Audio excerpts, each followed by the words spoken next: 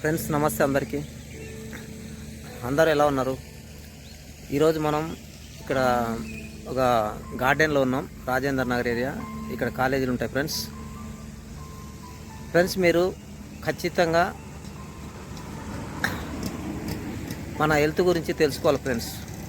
చాలా విషయాలు. కొన్ని హెల్త్ గురించి తెలుసుకోవాలంటే కొన్ని బుక్స్ చదవాలి, లేకుంటే కొన్ని క్లాసులు వినాలి, ఇలాంటివి తెలుసుకోవాలితో వస్తాయి ఫ్రెండ్స్. కాబట్టి నేను కొన్ని విషయాలు చెప్తున్నాను వినండి. మీకు ఎప్పుడైనా గ్యాస్ ప్రాబ్లం వచ్చేటట్టుకుంటే కన్నా ఎందుకు వస్తుంది, అది ఏంటి అనేది మీరు తెలుసుకోండి ఫ్రెండ్స్.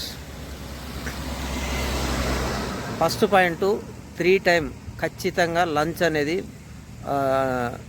9 నుంచి 9:30 వరకు, 10 o'clock వరకు అన్నం తినేసేయండి. లంచ్ టైంలో 1 నుంచి 1 గంట నుంచి 2:30 లోపల తినేసేయండి.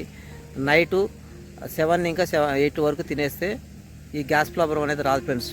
ఎప్పుడైతే మీరు ఒక 4 days కానీ 10 days కానీ సరిగ్గా టయానికి తినకపోతే కన్నా ఖచ్చితంగా గ్యాస్ ప్రాబ్లం వస్తుంది. అప్పుడు మీకు తెలియకో హాస్పిటల్ చుట్టూ తిరుగుతుంటారనమాట.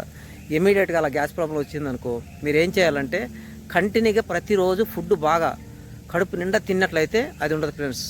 ఇది పాటించండి, ఖచ్చితంగా మీరు సక్సెస్ అవుతారు.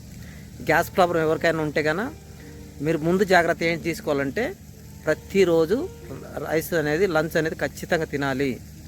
మనం ఏ టైంలో కంటిన్యూగా తింటామో అది మాత్రం తినండి, క్లియర్ అయిపోతుంది. ఒకటి వచ్చిన తర్వాత కంటిన్యూగా మళ్ళీ తినడం స్టార్ట్ చేస్తే అవన్నీ ఉండవు ఫ్రెండ్స్. థ్యాంక్ యూ అందరికీ. వీడియో నచ్చినట్లయితే లైక్ చేయండి, షేర్ చేయండి. ప్రతి ఒక్కరు కూడా చూస్తారని మనస్ఫూర్తిగా కోరుకుంటున్నా. చాలామందికి షేర్ చేయండి. ఈ విషయాలు చాలామందికి తెలియకపోతే తెలుసుకోండి ఫ్రెండ్స్. ఇది 100% నిజం. మీరు కొన్ని పాటిస్తారని మనస్ఫూర్తిగా కోరుకుంటున్నా. ఓకే ఫ్రెండ్స్, అందరికీ థ్యాంక్ యూ.